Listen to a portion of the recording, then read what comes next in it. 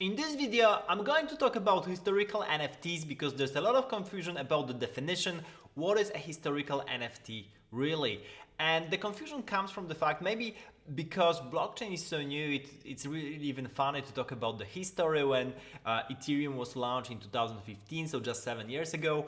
But still, there are a couple of definitions that make sense. So first definition that you might take is everything that comes before ERC 721 standard. So after NFTs got standardized, that was happening just after CryptoPunks in 2018. So as you can see in this infographic from Leonidas, CryptoPunks were up in 2017, and there were a bunch of collections later on, and around 2018 the ERC 721 standard came to be, and it got standardized all the NFT collections. Most of the collection used ERC 721 from then on. So one definition is everything coming before ERC 721, so around CryptoPunks around 2018, can be considered historic. Another definition that you might take is actually everything that comes before CryptoPunks, because CryptoPunks made this whole movement of NFTs, and from that on you got this boom. However, there were not so many collections from 2017 basically up to 2021, because 2021 was really the year of NFTs. Everybody seemed to be creating a collection. Every company in the world seemed to be getting into NFTs, into Metaverse, Web3, or however you want to call it. So definitely the upper bound for talking about historical NFTs is 2021. So everything before the 1st of January 2021 also can be considered a historical NFT.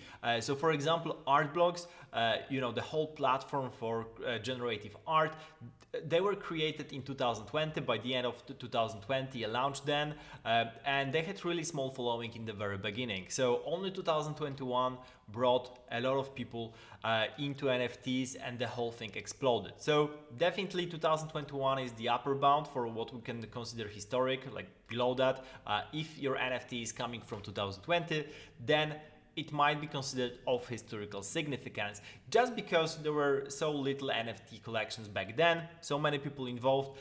You can recall that basically from 2018 to 2020 we had the bear market, so not many people in crypto creating anything, and that's why the supply of NFT collections wasn't great either. So that's one thing.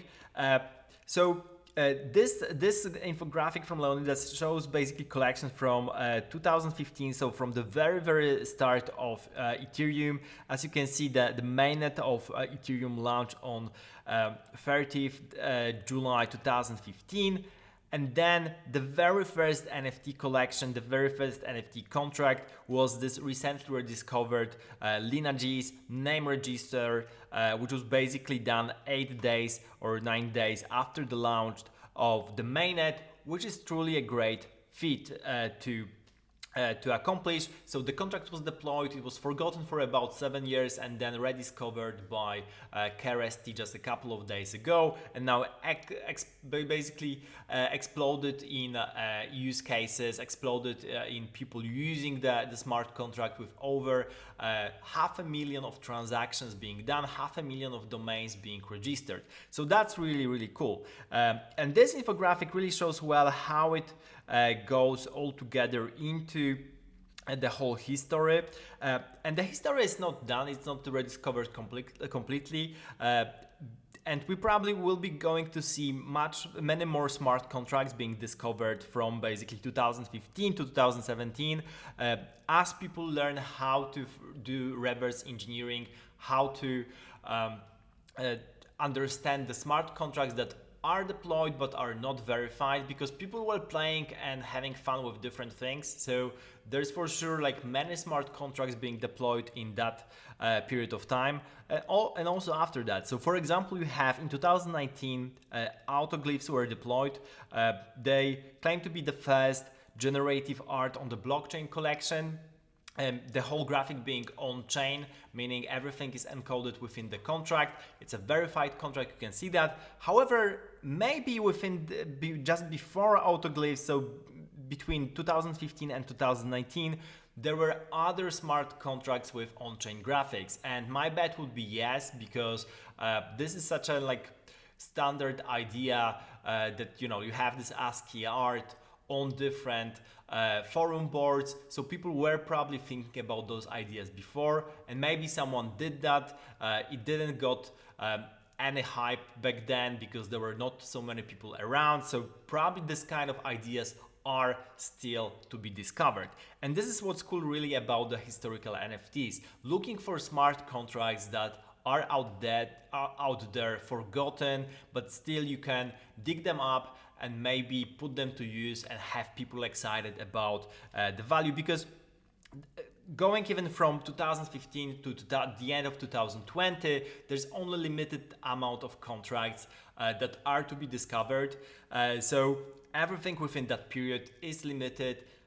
It is done once and for all, and we're never going back to that period of low volume of NFT collections. So that's why historicity for NFTs is important, and that's why people are excited about historical NFTs in the first place. So whatever definition you take, whether that be pre-CryptoPunks, pre-ERC-721, pre-2021, or anything else, what matters really is you have this period of time where people were trying different things, the supply of NFT collections was really low, and there are things to be discovered. So the best source, one of the best sources is definitely go to Leonidas NFT at Twitter. He's tweeting a lot about the different discoveries. There's also a bunch of people around the NFT archaeologist community, and basically there's a Discord channel as well. I'll put the links down below, so definitely follow them. Go to the Discord if you're excited about this, being basically an adventure archaeologist in the NFT world. There's a lot of work to be done here, also from the perspective of building, for example, AI that can decompile old smart contracts, putting them to use, testing them, and so on. So there's a lot of software engineering, a lot of machine learning to be done here, which is really, really cool. So that's why I'm also excited in the whole space, because probably we'll see some interesting NFT collections coming from this period from 2015 to 2020. So thank you for watching. Subscribe to the channel if you want to discover more historical NFT collections, or just stay for more crypto updates. Thank you for watching, and see you in the next episode.